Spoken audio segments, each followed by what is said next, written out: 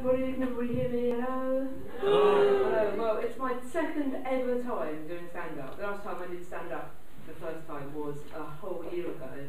Lots of things different then. There was sort of, banks weren't bust, and I'd only broken one of my fingers, and I lived in a really posh part of Hastings. But, things changed, and now I live in St Leonards. Yay! Having not done it for ages, I thought I'd revise on the internet and read one of those guides, what you're meant to do when you do stand-up. So I wrote a little list out. So the first thing that I can tick off is engage your audience. So yes, hello, St Leonards people. Hey! It's great. So yes, and the second thing on my list it says is, engage your audience with things you've got in common. So we've got fact and St Leonards in common, in most cases actually, that's fab. Also, I'm a little bit awkward because I am in fact dyspraxic. So, to the little two things together, have you got any dyspraxics in the house? Hey! There's loads of us dyspraxics, but we're always bumping into each other. I shouldn't make light of my dyspraxia because, it's been a terrible struggle. For years I knew there was something wrong and I couldn't put my finger on it.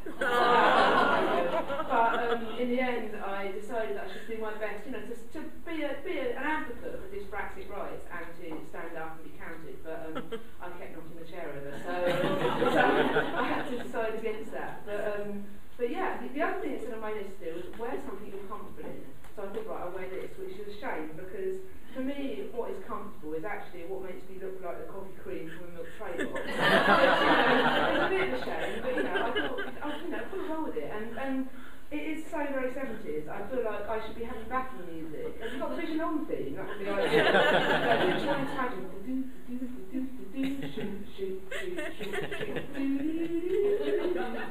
Yeah. And what's the other one that they used to have? The other 70s thing, Albatross, the Fleetwood Mac, and then little comment that goes.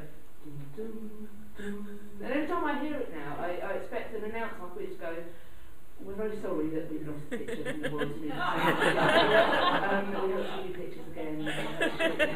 So yeah, and background music on television is quite an interesting thing to me anyway. I mean, I don't get out that much, being dyspraxic, there's a whole world out there, which, you never know who you bump into. So I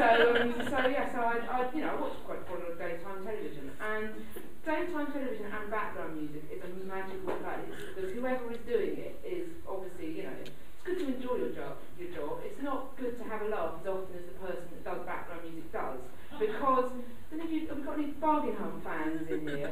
Any Bargain Hunt fans? Is it just me that's not over antique programmes yet? It is. And you get this backing music, and it's like, quite a lot of elderly people go to antique fairs, fair enough, and there's quite a lot of footage of elderly people going to antique fairs, and if someone's gone, what's the most appropriate thing to put over the top of this? I know, blaring 70s funk, that's going to go really well. So you've got all this footage of quite confused people walking around by central tables and it's like, well, I don't know. So, yeah, there's no laugh there, that's fine. There's another antique programme, Cash in the Attic, anyone? It's called Crap in the Attic. It's amazing. They literally flogged the family silver to send people to Disneyland. I was watching it once, and watching with my family, and they said, this is Eileen from Aylesbury, and she's got her daughter Jackie here. Now, Jackie, what are we raising money for? And she's gone, the thing about my mum is, she really needs a new, and my dad shouted heart, and my mum shouted liver, I shouted kidney, and our neighbour that was round shouted care home, and it turned out the answer was conservatory. I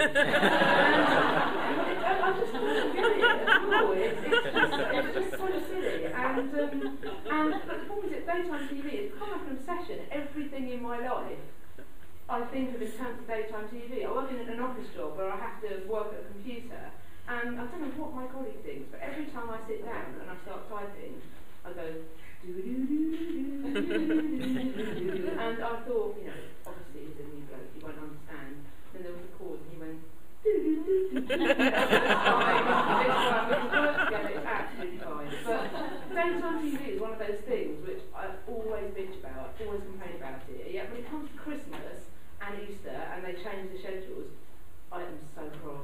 I mean, I'm so angry. And, it shows you how I've never got past my middle class kind of whiny, petulant student phase. There are people dying in the world, and there's me going, Mary's countdown! I will countdown! It infringes my human rights. I'm so cross, I'm going to write a letter, sir! And in the meantime, there's another appeal for an earthquake on television, and I completely miss it because I'm writing a letter about a countdown. But you do get these films, and these films are absolutely amazing because old films that you only have on Christmas, there's like some government quota, you're not allowed a film that's been made before 1950 to be on television because it scares the old people that watch TV at Christmas. So you have these elderly films on, and they're so long. I don't know if days were longer in the olden days or what, but they had lots of late radio on ones. And my mum and Nan watched it. My dad said, "Oh, sod this, should we go watch the football match?" So we lived in Hastings. We walked up the road to the football match, walked up the hill, had a drink in the pub, watched the football match, which is 90 minutes long, and they have a bit in the middle where they all sit down and have an orange. So we sat through all that, and then we had another drink in the pub, and then we went home, and they were still watching. Reading the radio.